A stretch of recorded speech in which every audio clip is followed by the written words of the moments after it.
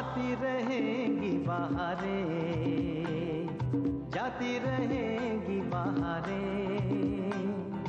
दिल की नजर से दुनिया को देखो, दुनिया सदा ही हंसी है।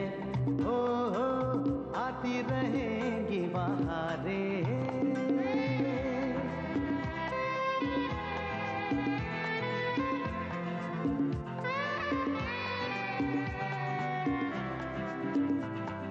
हंस हंस के सब दर्द भुला दे, हर गम को खुशियों की दुआ दे। ईद वफा के प्यार की सरगम बन के रहेंगे दिलों में सदा हम। है मुझे यकीन जीना है यही, इसी को कहे जिंदगी। हो आती रहेंगी बहारें, जाती रहेंगी बहारें। आती रहेंगी बहारें, जाती रहेंगी बहारें।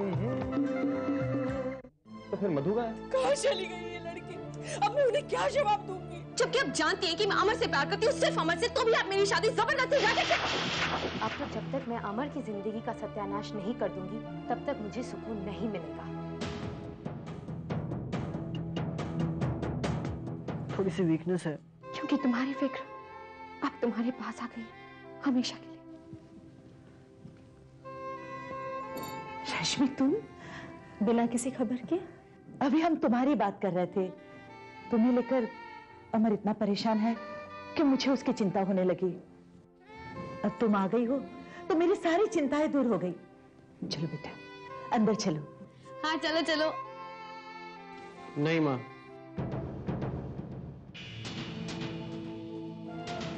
ये ठीक नहीं है। क्या ठीक नहीं है? रश्मि का इस तरह यहाँ आना। मगर क्यों? हाँ कोकी, अमर ठीक कह रहा है। किसी भी लड़की का इस तरह से अपने घर को छोड़कर बाहर निकलना अच्छी बात नहीं है। और बेटे एक बात बताना, क्या तुम्हारे पापा मम्मी जानते हैं कि तुम इस वक्त हमारे यहाँ हो? जी नहीं। तो क्या तुम बिना किसी को बताए भागकर यहाँ आई हो? तो क्या करती दीदी? मेरी मम्मी बहुत जिद्दी है और उनकी जिद ये है कि मैं रजत से शादी करूं। मैं ऐसा नहीं कर सकती। मैं अमर के बिना। मैं जानता हूँ रश्मि, रह तो मैं भी नहीं सकता तुम्हारे बिना, लेकिन तुम इस तरह हार कर अपना घर छोड़कर आओ, ये मुझे मंजूर नहीं। तुम इस घर में आओगी, जरूर आओगी, लेकिन हम बारात लेकर आएंगे और तुम्हें खुद ले जाएंगे। लेकिन अमर, तुम मम्मी को जानते हो ना, वो इस बात के लिए कभी राजी नहीं होंगी। रश्मि, अगर तुम्हें अपने प्यार पर भरोसा है तो इस बात पर भी भरोसा करो कि तुम्हारी मम्मी एक न एक दिन जरूर मान जाएगी। तब तक मैं उस घर में। अरे बेटे, यही तो तुम दोनों का इम्तिहान है। बस इतनी जल्दी तुम हार मान लोगी? है बेटे रश्मि, मैं भी 2 बेटियों का बाप, इसलिए इस मामले को अच्छी तरह समझ सकता हूं। इसलिए मेरी ये सलाह है कि तुम अपने घर वापस जाओ।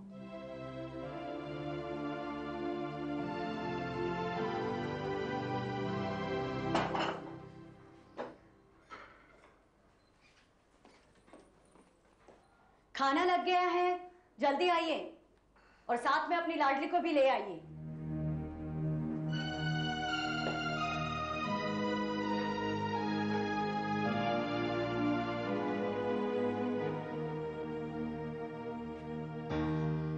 कहाँ है आपकी बेटी? बुलाइए उसे। वो अब नहीं आएगी। क्यों? क्योंकि वो अब यहाँ नहीं है। कहाँ गई है वो?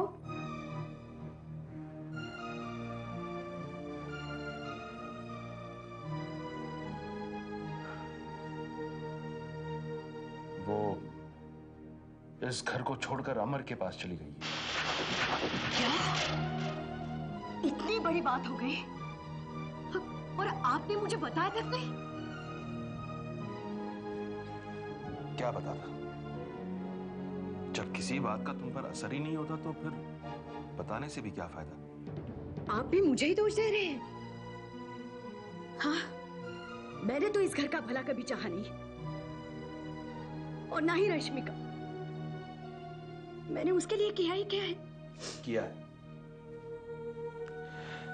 तुमने रश्मि के लिए बहुत कुछ किया है, उसे पाल पोस कर बड़ा किया है। लेकिन सिर्फ इसी वजह से हम उस पर गलत हक तो नहीं जता सकते ना।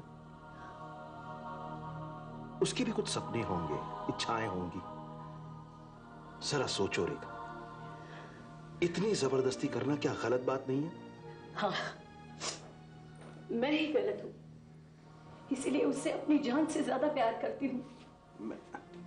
मैं मानता हूं तुम रश्मि से प्यार करती हो, बहुत प्यार करती हो, लेकिन प्यार जताने का तुम्हारा तरीका गलत है, बस। और इस बात का एहसास तो तुम्हें हो गया होगा कि रश्मि की खुशियां सिर्फ अमर के पास है, सिर्फ अमर के पास।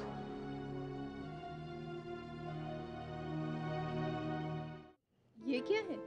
गिफ्ट। लेकिन क्यों? अरे क्यों क्या? तुमने मुझे इतने सारे गिफ्ट दिए तो क्या मैं तुम्हें एक भी गिफ्ट नहीं दे सकता? दोस्ती में कोई हिसाब नहीं रखते। और वैसे ये बताओ कि तुम ये गिफ्ट लाए कहाँ से? कहाँ से का क्या मतलब? दुकान से। I mean, तुम्हारे पास पैसे कहाँ से आए? वो क्या है ना कि मेरे पास थोड़ा सा बैंक बैलेंस था तो। पैडी, तुम्हें अच्छे से झूठ भी बोलने नहीं आता। नहीं, एक्चुअली पापा से पैसे लिए। पापा ने पैसे दिए?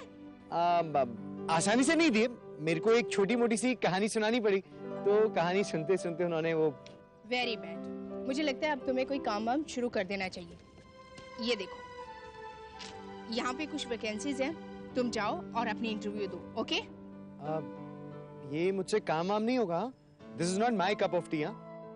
मुझसे प्यार करते हो? एक्चुअली भी डिसाइड नहीं कर पा रहा।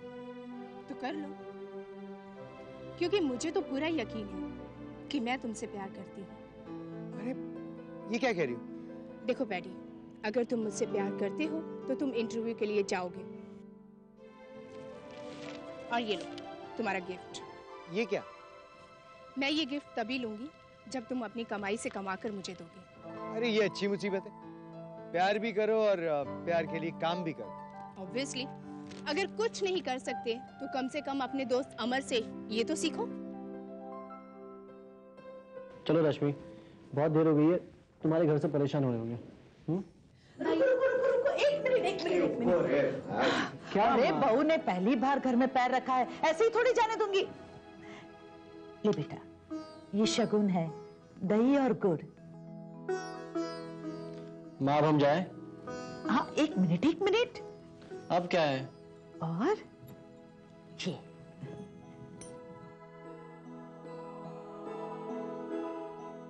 ये सब की क्या जरूरत है मम्मी?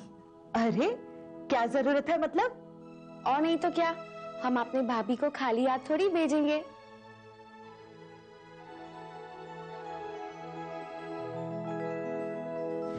अब हो गई सब रस्में पूरी? नहीं। मम्मी, आप एक रस्म तो भूल ही गई। इस घर की होने वाली बहू के पैरों के निशान तो लेने बाकी हैं, है ना?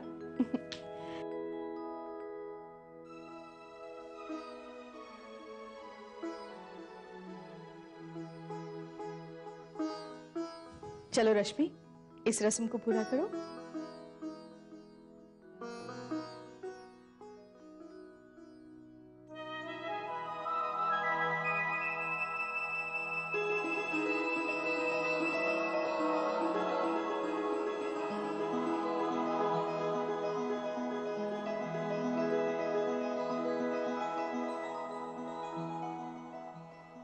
अब हो गई सब रस्में पूरी, अब चले?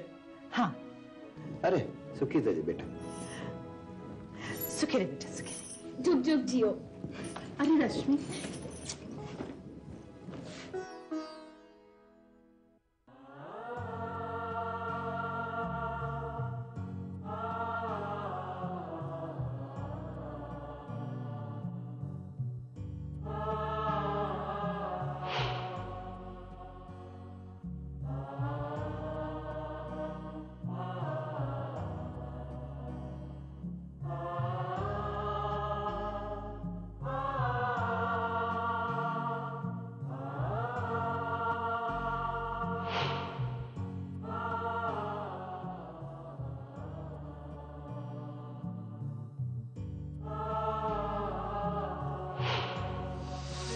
लाओ भैया, नाश्ता लाओ।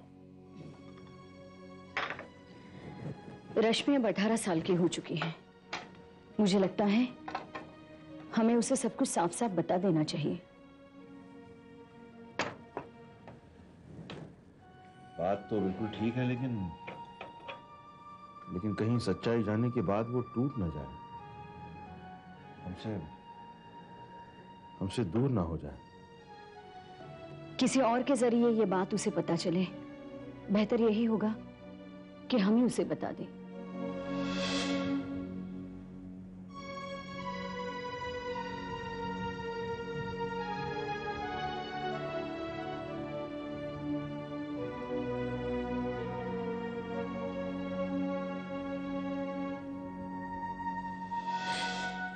मम्मी, आपने मुझे जन्म तो नहीं दिया, लेकिन कभी इस बात का एहसास भी नहीं होने दिया कि मैं आपकी अपनी औलाद नहीं हूं, बल्कि हमेशा मुझे उससे ज्यादा प्यार दिया है। मैं आप लोगों का ये एहसास कभी नहीं भूल सकती। ये तुम क्या कह रही हो बेटी? माँ बाप बच्चों पर एहसान नहीं करते। पापा,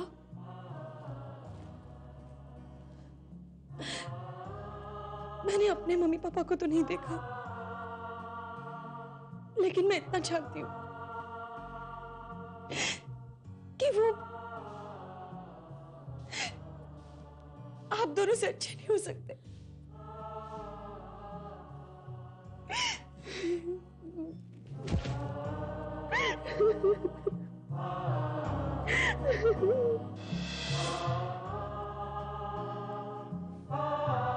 आइए।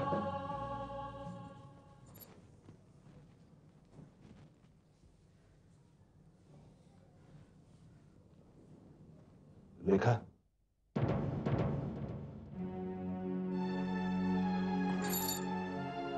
बहन जी, हम आपकी बेटी को छोड़ने आए हैं क्योंकि हम नहीं चाहते कि हमारी वजह से आपकी प्रतिष्ठा पर कोई आंच आए। और एक बात और कहना चाहूंगी आपसे, रश्मि हमारे घर आएगी, लेकिन सिर्फ तभी जब आप उसे अपने हाथों विदा करेगी।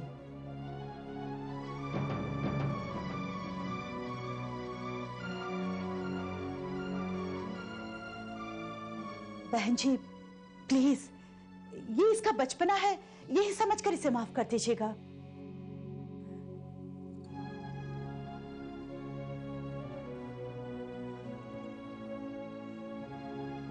अच्छा, तो हम चलते हैं।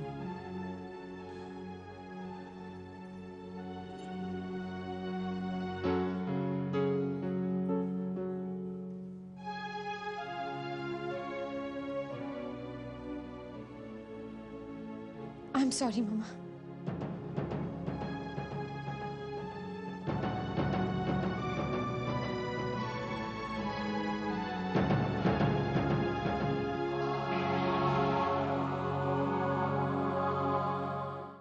बाबा, चाय। हाँ, बात है, मेरी बेटी चाय लेकर आई। क्या बाबा, आप तो ऐसे कह रहे हैं जैसे पहले कभी आपको चाय पिलाई नहीं। अरे पगली, मैं तो इस बात से खुश हूँ कि अब मुझे फिर से सुबह सुबह अपनी बेटी के हाथ की बनी हुई चाय पीने मिलेगी। हाँ हाँ, उसे फिर से बिगाड़ना शुरू कर दीजिए और फिर दोष मुझे ही दीजिएगा। आई, छोड़ो ना उन बातों को, वो सब मेरी बेवकूफी थी। वैसे मैंने आप लोगों को बहुत दुख पहुंचाया है ना? नहीं नहीं बेटे, ऐसे मत कहो। भला बच्चे भी अपने माँ बाप को कभी दुख देते हैं क्या? अरे उल्टा हमें तो इस बात की खुशी है कि मैं पहले वाली मधु फिर से वापस मिल गई। हाँ बेटे, हमें तुम्हारी बहुत चिंता हो रही थी, कहीं तुम। क्या बाबा, आपको अपने दिए हुए संस्कारों पर भी भरोसा नहीं था? बाबा, आप ही ने तो हमें सिखाया है कि इंसान की अपनी पसंद और नापसंद से ज्यादा इंपॉर्टेंट है उसके अपने लोगों की पसंद और नापसंद। और फिर आप लोगों ने ये कैसे सोच लिया कि मैं आप लोगों की मर्जी के खिलाफ जाऊंगी? मधु, ये सब तुम कह रही हो, मुझे तो यकीन नहीं होता। I just can't believe this. लेकिन जब तुम हंसती हो ना, तब बहुत अच्छी लगती हो। दर्शन मात्रे मान कामना पूर्ति, जय देव मंगल मूर्ति मोरया।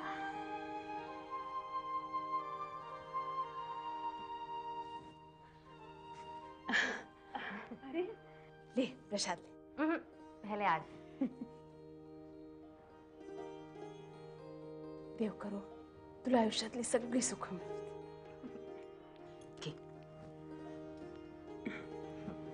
आप कहाँ जा रही है? अरे घर में बाकी लोगों को भी तो प्रसाद खिलाना है। मैं दे दूंगी, आप अपने कमरे में जाइए, मैंने आपके लिए गर्मा गर्म अदरक की चाय बनाई है, जल्दी जाइए। देवा या पोरीचं काही कळतच नाही, क्षण में तोला क्षण में मासा, कुछ पता नहीं लगता। हाँ जी आप भी ना। चल चल सबको प्रसाद खिला, तब तक मैं आराम से चाय पीती हूँ। नानी माँ। हाँ बेटा। आपको मालूम है कल क्या हुआ? क्या हुआ? कल रश्मि मामी आई थी। अच्छा चुप, चला जा यहाँ से। पता नहीं सुबह सुबह कहाँ से चला आता है, जा यहाँ से। मधु आज ही आप चुप रहो, सुना नहीं मैंने क्या कहा, जाओ यहाँ से।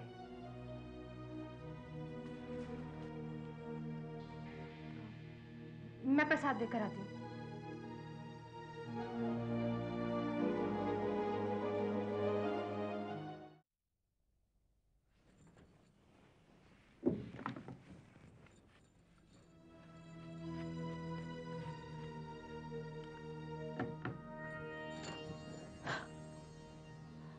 मधु तू?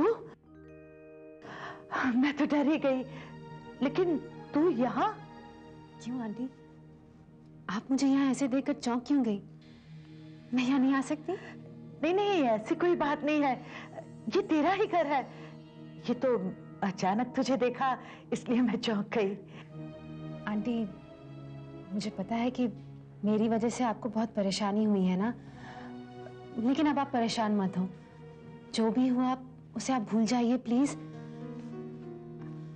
अमर और मेरे बीच बात हुई है, हमारे बीच जो भी गलतफहमी थी वो दूर हो गई है। एक्चुअली आंटी इस सब में मेरी ही गलती थी, मैं ही सब कुछ गलत समझ बैठी थी। अब मुझे इस बात का एहसास हो गया है कि अमर मुझसे नहीं रश्मि से प्यार करता है। चलो अच्छा हुआ तो समझ गई, अब सब कुछ ठीक हो जाएगा। वो मैं काली माँ के मंदिर गई थी ना, तो सोचा आपको भी प्रसाद देती जाऊं।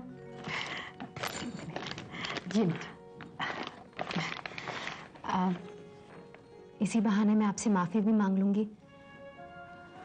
आप मुझे माफ कर देंगी ना आंटी? कैसी बात कर रही है तू? तूने किया ही क्या है जो तुझे माफी मांगनी पड़े? जो हुआ सो हुआ। अब मेरी यही इच्छा है अमर और रश्मि का भी सब सही हो जाए। आंटी उस दिन रश्मि भी आई थी ना? हाँ, वो अपना घर छोड़कर आई थी, लेकिन हम उसे वापस उसके घर छोड़ाए।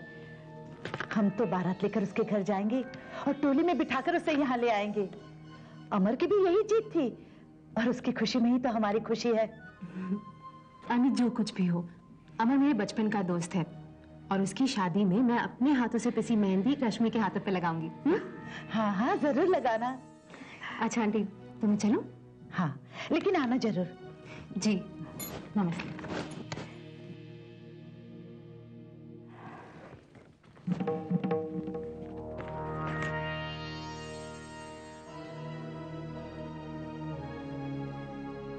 ओके ये मधुरी क्यों आई थी इधर में? काली माँ का प्रसाद देने। रश्मि अब वो सब समझ गई है, इसलिए माफी मांगने आई थी। हाँ, और बोल रही थी अमर की शादी पर रश्मि के हाथों में मेहंदी वो ही लगाएगी। हाँ सच्ची, ले ले प्रसाद ले।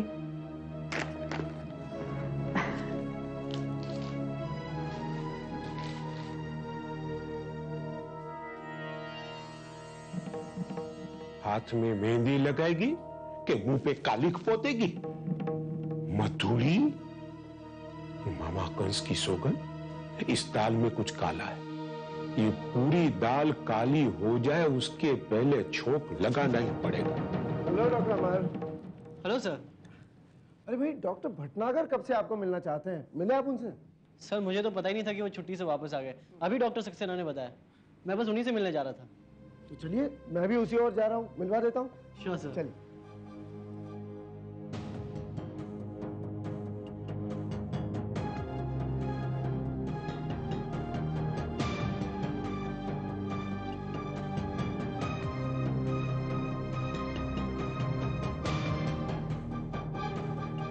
देखो यही मिल गए। नटवर तुम? रजत जी आप? नटवर? ये नटवर नहीं है, ये डॉक्टर अमर है। और डॉक्टर अमर, इनसे मिलिए। ये हैं इस हॉस्पिटल के सबसे टैलेंटेड डॉक्टर, डॉक्टर रजत भटनागर।